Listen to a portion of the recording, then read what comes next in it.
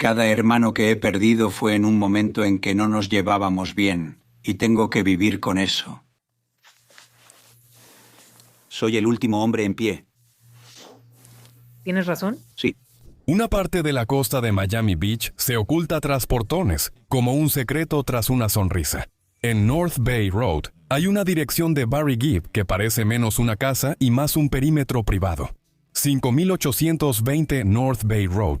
Los listados de propiedades y las bases de datos de registros públicos lo describen como de aproximadamente más de 16,000 pies cuadrados, con 8 recámaras y 9 baños, construida por primera vez en 1936, en un terreno tan amplio que hace que el silencio parezca diseñado.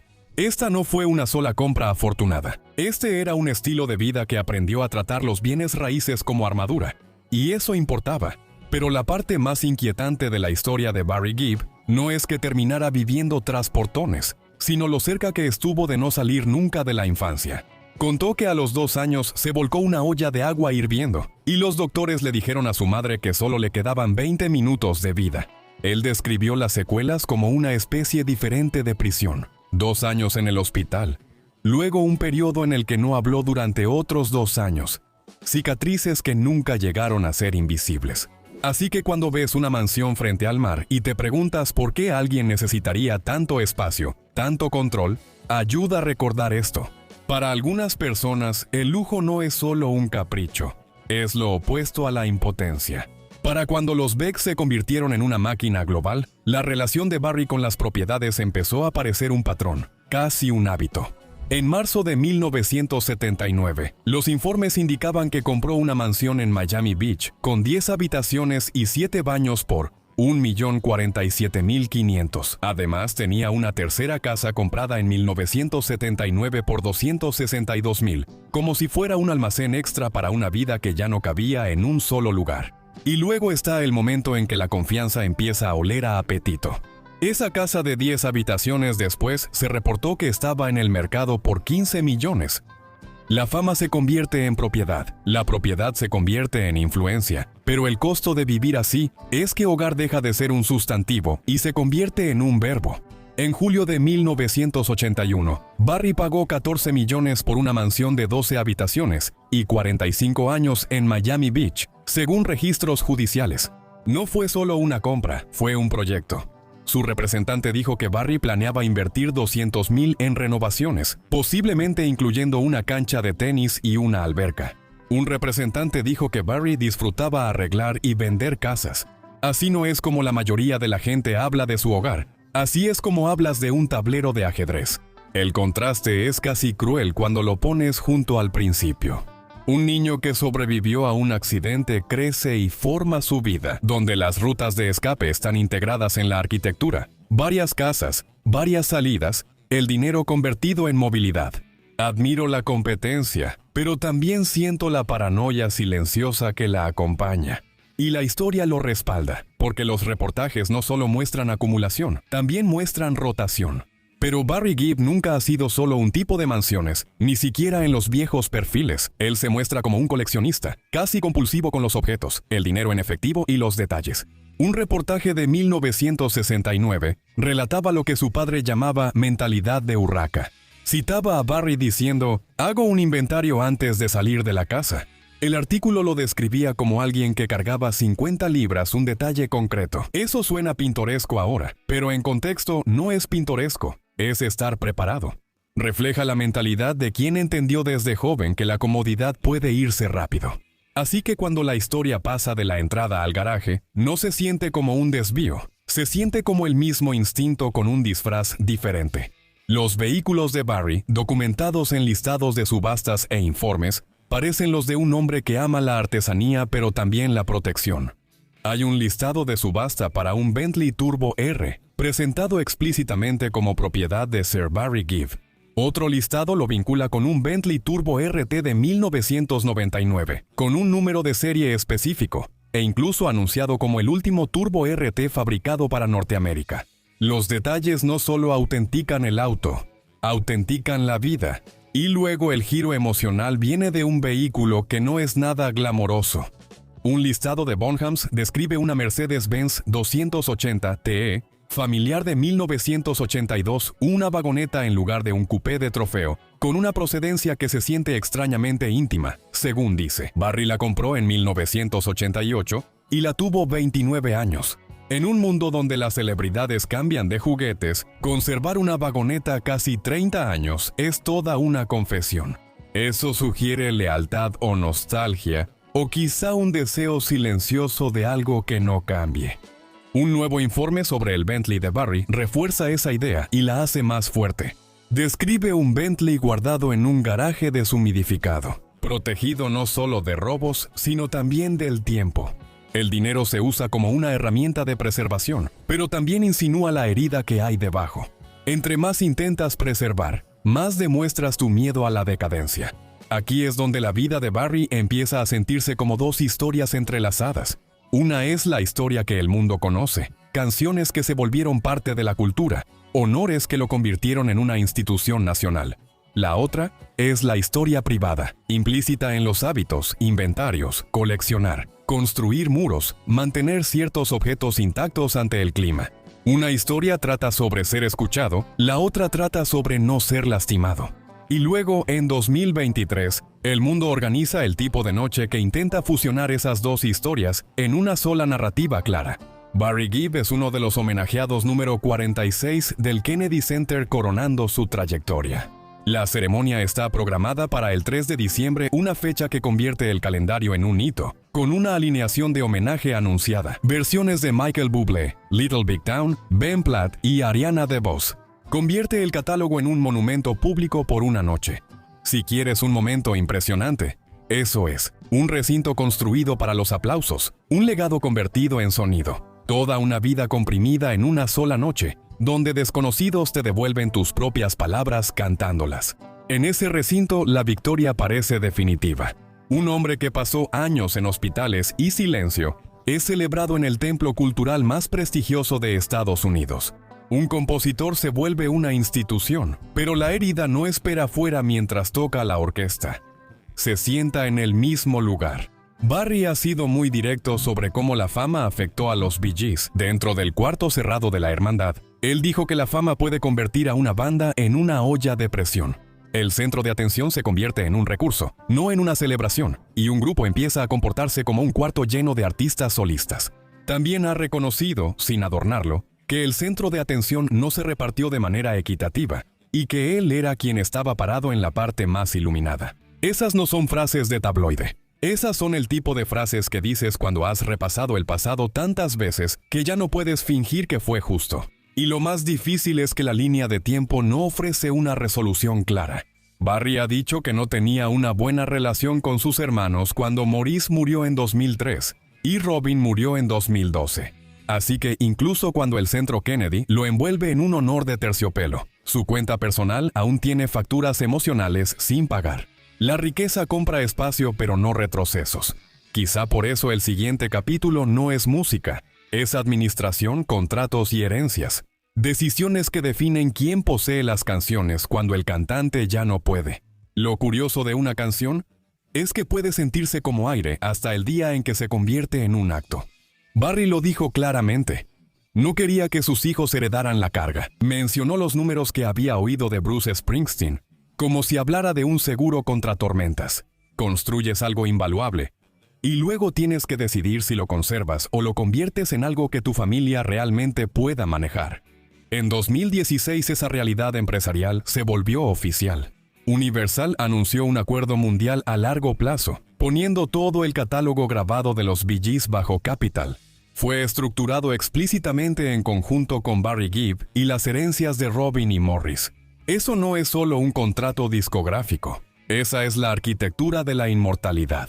La distribución global refuerza el control de la marca y el andamiaje corporativo para mantener ingresos del catálogo. Cuando las personas que lo crearon ya no están aquí, la prensa especializada dijo que los Bee Gees dejaron Warner y movieron su catálogo a Capitol. Un recordatorio de que hasta las leyendas son inventario premium.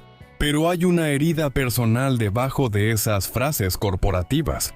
Cuando instituciones y herencias gestionan un catálogo, el arte se vuelve una negociación familiar. Los hermanos de Barry no son solo compañeros de banda en esa estructura, Son bienes legales, firmas y responsabilidades que existen, porque Maurice murió en 2003 y Robin murió en 2012. Así que el mismo acuerdo que asegura el futuro de la música, también resalta la ausencia que obligó a que existiera ese acuerdo.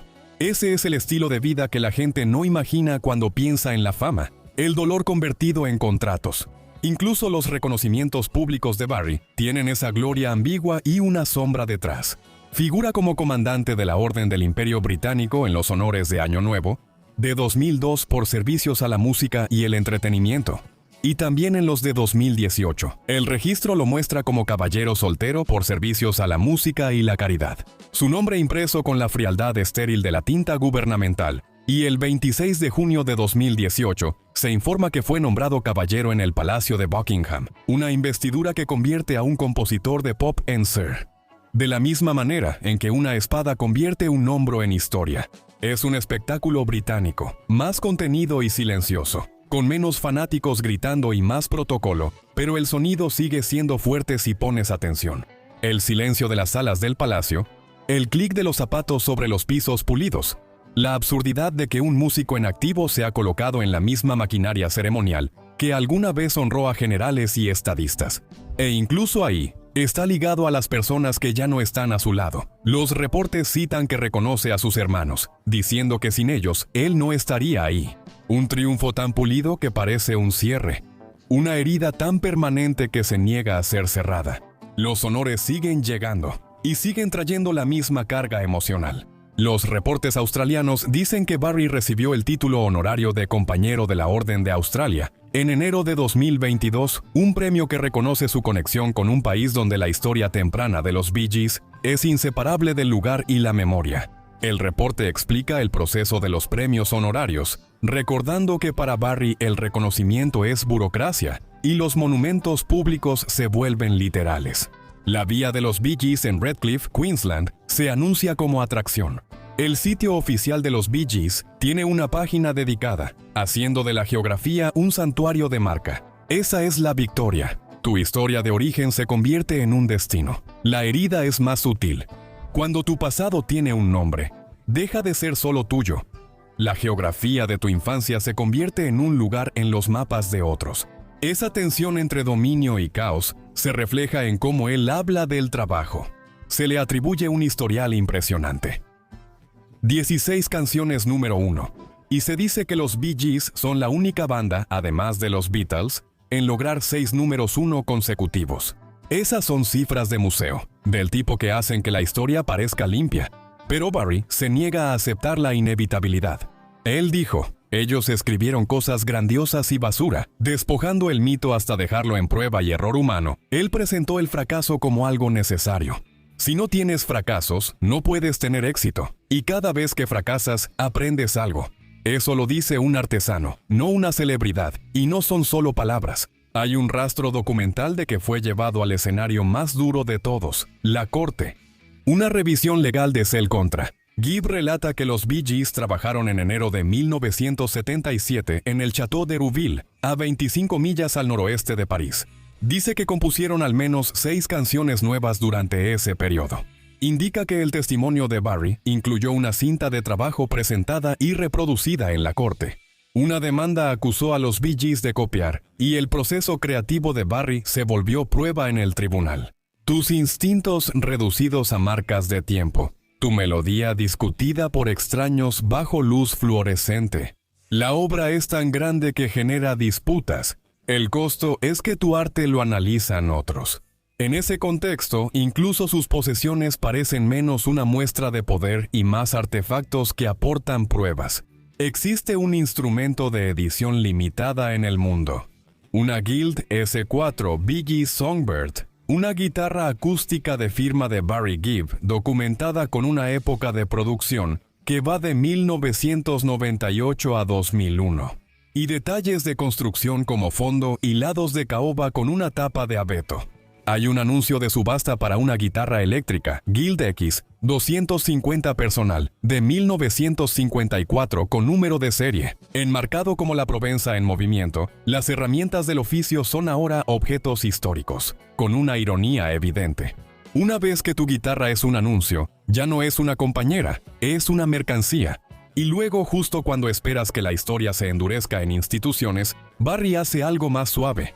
A finales de 2020, los materiales de prensa lo describían como un fanático de toda la vida del bluegrass y la música country. Anunciamos Greenfields, el cancionero de los hermanos Gibb, Volumen 1 disponible el 8 de enero. Los reportes lo describieron como una reinvención de las canciones de los Bee Gees con colaboradores, producido en Nashville.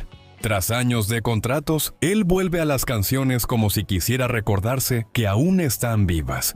Pero incluso esa victoria tiene un dolor por dentro. El proyecto existe bajo la larga sombra de la pérdida. Cuando la gente dice legado, puede sonar triunfante. Cuando escuchas a un hermano sobreviviente regresar al catálogo, puede sonar como devoción y como dolor con melodía. Luego viene el recordatorio de que la riqueza no hace la vida más segura. A una casa no le importa quién eres.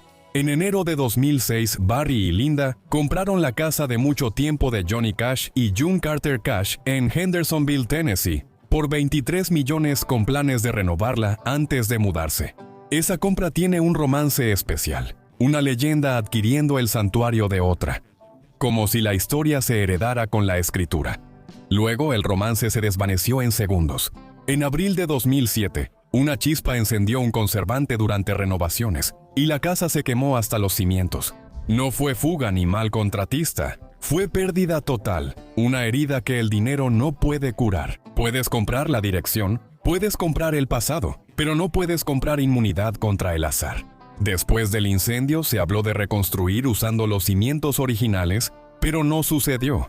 El terreno fue vendido después, y los reportes decían que hubo una pérdida de $300,000 al venderlo por $2 millones. Incluso una pérdida es soportable cuando eres rico. El dolor es en lo que se convierte. Un sueño reducido a un simple apunte contable, un lugar que albergó una vida famosa convirtiéndose en un terreno vacío. Toda la reverencia no puede cambiar eso. Incluso las relaciones más cercanas de Barry, esas que se supone que estabilizan una vida, están bajo presión a esa escala. Se casó con Linda Gray el 1 de septiembre de 1970, que también es su cumpleaños. Tienen 5 hijos. Los perfiles los nombran, haciendo una lista familiar en vez de una abstracción. Se convirtieron en ciudadanos estadounidenses en 2009, mientras conservaban la ciudadanía británica. Un detalle que sugiere cómo el éxito puede hacer que el hogar se sienta como más de un país al mismo tiempo. Y es ahí donde la historia de su estilo de vida se vuelve difícil de romantizar. Porque la estabilidad no es solo permanecer casado o comprar una propiedad, es vivir con las consecuencias de lo que la fama le hizo a tu familia, incluidos tus hermanos. Puedes ser honrado por estados e instituciones culturales, y aún así tener arrepentimientos privados. Eso no le importa a las medallas. La vida de Barry Gibbs parece una victoria. Propiedades enormes, autos de lujo documentados, honores oficiales, canciones que se convirtieron en un lenguaje global. Pero la historia que perdura no es la victoria, es la tensión entre el control y la vulnerabilidad. Un niño que sobrevivió a un accidente con agua hirviendo y vivió con las cicatrices y el largo silencio después, crece hasta convertirse en un hombre que construye perímetros arquitectónicos, legales y emocionales. Aprende a revisarse a sí mismo antes de salir, como el viejo ritual que alguna vez describió, evaluándose antes de dejar su casa. Se convierte en el tipo de compositor que puede admitir que su trabajo incluye porquerías, porque no está vendiendo perfección, está vendiendo la verdad del proceso. El legado importa más por el arte que perdura que por premios o títulos, incluso más que las listas de éxitos. Las frases citadas como curiosidades no solo son motivo de orgullo, también demuestran que algo creado en el caos puede perdurar más allá de sus creadores. Una casa puede desaparecer en un mal momento, pero la música sigue encontrando nuevos lugares donde vivir. Y aún ahora, con los honores archivados, los catálogos asegurados y los monumentos construidos, la incómoda pregunta moderna sigue rondando todo el imperio. ¿Cuánto de Barry Gibb será recordado como una voz y cuánto será manejado como un activo?